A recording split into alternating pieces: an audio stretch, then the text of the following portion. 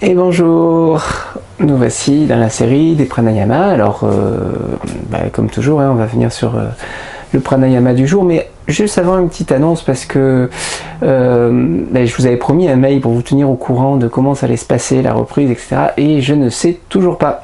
Donc c'est pour ça que vous n'avez pas reçu de mail en fait. Ne les cherchez pas, je ne les ai pas envoyés. Ça devrait pas tarder. En gros, à l'heure actuelle, je peux pas faire de yoga en salle. Par contre, a priori, je pourrais avec des petits groupes à l'extérieur, mais à l'extérieur, à la Ciotat, c'est géré par la mairie. Et j'attends toujours une validation du service des sports pour savoir où est-ce que je pourrais m'installer pour faire des cours à l'extérieur.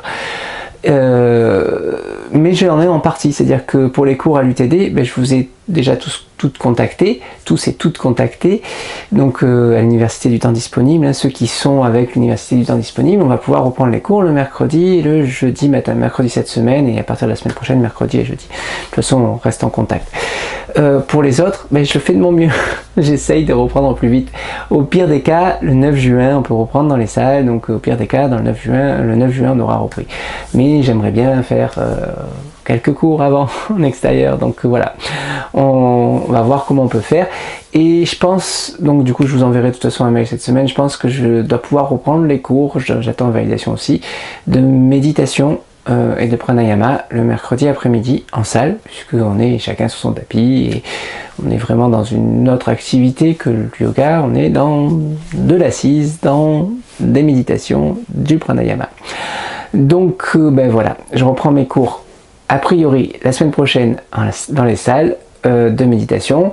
Par contre, pour tout ce qui est yoga proprement dit, j'espère pouvoir en faire un peu dehors, mais j'attends validation et je peux faire ceux de l'université du temps disponible. Voilà. Et le 9 juin, on reprend partout, le CIQ, la maison pour tous, l'UTD, voilà, tout normalement, a priori. A priori, bien sûr, on attend toujours les décrets. Je ferme cette parenthèse et je reviens sur le sujet du jour. Puisque le sujet du jour, c'est un merveilleux pranayama, c'est Hridaya Visarga Pranayama. Alors Hridaya, c'est le cœur, c'est associé à Anahata Chakra, le chakra du cœur dont on a déjà parlé, mais Hridaya, c'est vraiment l'énergie, le centre du cœur. Visarga, c'est les deux points, donc et pranayama, pranayama, donc ce sera les deux points dans le cœur. On aborde souvent ces aspects-là dans le cœur. C'est vraiment un très grand pranayama en fait. C'est ce pranayama, c'est un très grand pranayama, très subtil, très fin, mais accessible à tout le monde. Du moins, en tout cas, dans sa première étape. Et aujourd'hui, on va faire que la première étape. En tout cas, je ne vais vous parler que de la première étape. Donc, c'est vraiment accessible à tout le monde et en même temps ça fait partie des prana kundalini. Et les prana kundalini, c'est l'éveil de la kundalini par le souffle, d'accord, et qui donne en fait accès à des niveaux méditatifs si ce n'est insoupçonné, différents de ce qu'on peut obtenir habituellement. Donc ça, je vous laisserai découvrir par vous-même, mais vraiment voilà, ça ouvre des accès assez fabuleux. En fait, ce pranayama a pour objet d'ouvrir l'espace du cœur. Donc c'est vraiment ouvrir l'espace du cœur et rencontrer son soi. Donc c'est quelque chose qui revient souvent, vous avez remarqué dans les pranayama, quand même rencontrer son soi. Et cette rencontre du soi avec l'espace qui est ouvert au niveau du cœur donne la possibilité, donne le désir même, je dirais, à la Kundalini de monter pour retrouver son amant et de pouvoir s'unir enfin. Donc voilà, c'est la base vraiment de ce pranayama qui se déroule en 4 étapes.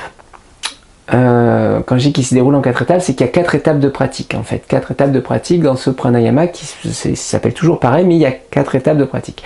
Aujourd'hui, on ne voit que la première étape. Je ne suis pas sûr de pouvoir faire les autres en vidéo, donc mais la première étape déjà, elle apporte plein de bienfaits, plein de choses, plein de plein de vacuité au niveau du cœur, ce qui permet vraiment une ouverture et un calme et une sérénité et une rencontre du soi qui se fait dans le calme absolu en fait. Donc c'est vraiment une pratique très intéressante. Mais pour ça, il faut la pratiquer. Ça va me venir tout de suite hein, à la pratique. C'est quelque chose d'assez simple, encore une fois, c'est pour ça que je dis c'est accessible à tout le monde. C'est assez simple, mais il y a une contrainte qui parfois est pas si facile que ça à lever. C'est que dans ce pranayama, rien ne s'obtient ni par la volonté, ni par l'effort.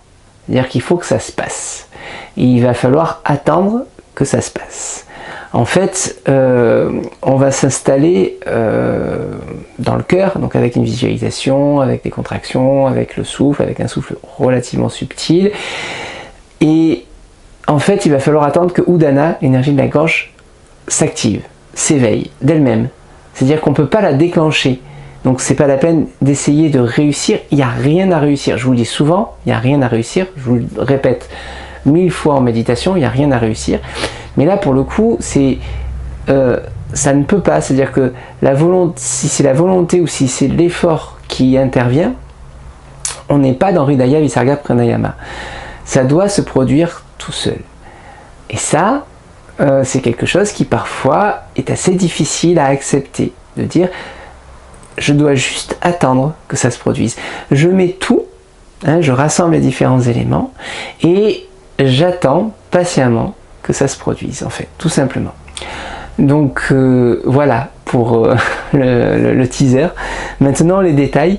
Donc dans les détails, c'est assez classique, Mula Bandha, très serré. Alors pourquoi très serré? Parce que on va faire un souffle sans aucun mouvement respiratoire. C'est-à-dire que le ventre ne bouge pas, le plexus solaire ne bouge pas, la poitrine ne bouge pas. C'est-à-dire qu'il n'y a vraiment aucun mouvement physique respiratoire.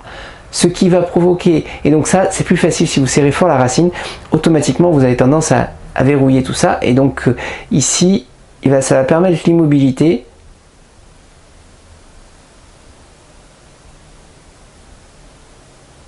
Ça va permettre cette immobilité où il n'y a plus aucun mouvement respiratoire. Ça ne veut pas dire qu'il n'y a plus de respiration. Quand il n'y a plus de mouvement respiratoire, ça veut dire que du coup l'échange d'air va être très faible. Ça va être très subtil. C'est ce qu'on veut, d'accord hein. Donc on va vraiment bloquer tous les mouvements, poitrine, plexus, ventre, avoir la racine serrée, la langue retournée en Ketchari qui appuie sur le palais, sur la partie molle du palais. Les yeux qui sont convergents vers le front, en Shambhavi. Si c'est trop dur pour vous, vous pouvez le baisser un peu sur le point intersourcilier, mais pas sur le bout du nez, et clairement ils sont convergents et fixes, d'accord, ils sont fixes. Donc ça c'est quelque chose qui reste important. Ensuite tout va se jouer sur qu'est-ce qu'on va faire de ce souffle. Alors déjà ce souffle au début, souvent vous allez voir, il va être court et agité, rapide et agité. C'est-à-dire que le fait de bloquer tout mouvement respiratoire et d'être que dans une micro-respiration, dans cette micro-respiration vous allez avoir tendance à faire... Je l'exagère hein, puisque là il y a un mouvement puisque vous l'entendez, mais c'est pour dire j'inspire, j'expire, j'inspire, j'expire, j'inspire, j'expire, j'inspire, j'expire, j'inspire, j'expire. Voilà, donc il y a ce côté, la micro-respiration, comme l'échange d'air est très faible, il y a une tendance à le faire très rapidement et voire irrégulièrement parce que ça va s'agiter. Donc c'est pas grave. Je veux dire, ne cherchez pas à intervenir là-dessus, c'est pas grave, c'est normal. Vous cherchez à mettre en place. Donc l'assise confortable, la racine, le ventre qui bouge plus, le plexus solaire qui bouge plus, la poitrine qui bouge plus, la langue retournée, les yeux en haut. Et nous, tout ce qu'on va s'intéresser à faire, c'est dans le cœur, bien sûr, hein, puisque c'est Hridaya, on va visualiser 2 points. 2 points, c'est Visarga. Visarga, ce sont les 2 points qui sont liés au chakra. Visarga sont toujours des points liés au chakra, souvent liés des points liés au chakra. Il y a un point interne et un point externe. Mais les deux sont liés au chakra. C'est le point interne et le point externe. Donc on a le centre d'énergie ici du cœur, plutôt proche de la colonne, à l'intérieur mais plutôt proche de la colonne. À l'intérieur de ce point, on va visualiser un point. Donc proche de la colonne à l'intérieur. Et puis on va visualiser un point, une quinzaine de centimètres devant, en face. D'accord ? À chaque fois que vous allez inspirer, donc encore une fois ça va être rapide au début, hein, donc c'est juste à chaque fois que vous allez inspirer, vous allez imaginer l'inspire qui vient de ce point devant, qui monte jusqu'à Ajna, le front, et qui redescend dans le cœur à l'intérieur. Et à chaque fois que vous allez expirer, vous allez imaginer le trajet qui va du point à l'intérieur, le front, le point à l'extérieur. Donc vous allez faire le lien à la vitesse où ça va, d'accord? Juste concentrez-vous sur ce trajet. Et si possible, le mantra Amsa. Am à l'inspire, Sa à l'expire. Ça, ça, ça, ça, ça. C'est vraiment cette synchronisation de tout, le fait que la racine est serrée, la langue, les yeux, le mantra, la visualisation, qu'il n'y ait aucun mouvement respiratoire qui va pouvoir provoquer l'éveil d'Udana. Donc on met tout en place et après on n'intervient plus. Alors, encore une fois, pour lever toute trace de culpabilité, il est possible que, surtout au début, quand vous allez pratiquer régulièrement, vous ayez besoin de reprendre votre souffle, c'est-à-dire de devoir allonger le souffle pendant quelques respirations, voire 1 minute. Donc n'hésitez pas, c'est pas un problème, hein. C'est-à-dire que vous êtes là, vous essayez, ça marche pas, et vous étouffez, vous avez ce fort sentiment d'étouffer, ne luttez pas avec. C'est-à-dire que si vous avez vraiment ce fort sentiment d'étouffer et que c'est dérangeant,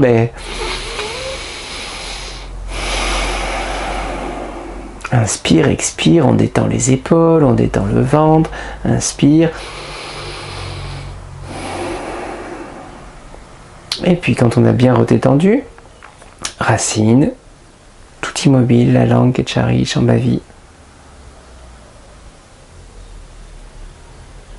Le souffle au rythme où il est. Alors, c'est pas la peine que je vous le fasse puisque c'est... En fait, on est immobile hein, dans ce pranayama et on n'entend pas les souffles.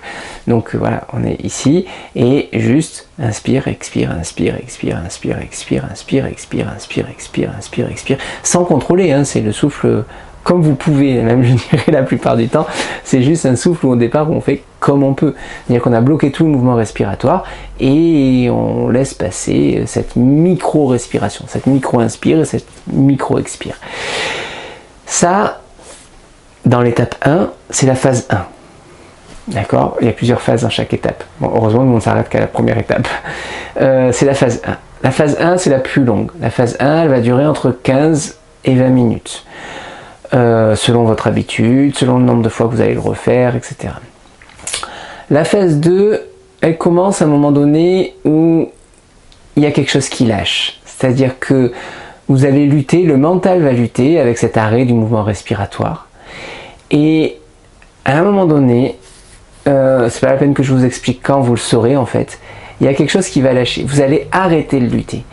Vous allez arrêter de lutter et le souffle va ralentir.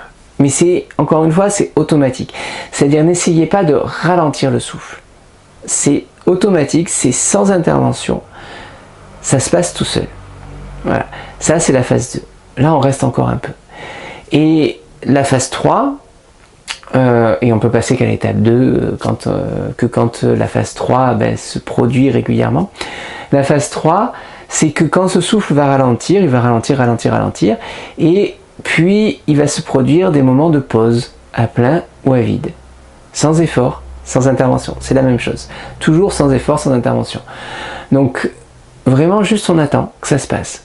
Et ces moments de pause vont être de plus en plus fréquents, de plus en plus réguliers, de plus en plus longs. Mais ça, c'est la phase 3. Voilà. J'ai pas grand chose de plus à dire, c'est un souffle qui est vraiment pas technique, hein, je veux dire, juste, voilà, l'assise, dos droit, vertical, racine, serrée, la langue, les yeux.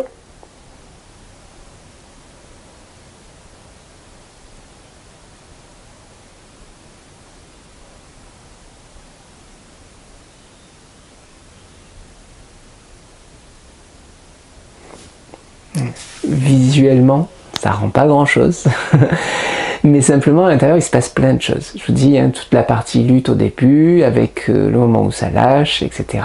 et cette saveur hein, qui va en découler. Donc je rappelle les éléments essentiels, c'est le trajet du souffle, inspire du point extérieur jusqu'à Ajna, puis jusqu'au cœur, expire du cœur, Ajna, le point extérieur. Faites bien le passage par Ajna. Hein. Le but, hein, c'est que si on voulait que ça ralentisse, il faut qu'il y ait ce trajet. Donc vous verrez, pratiquez.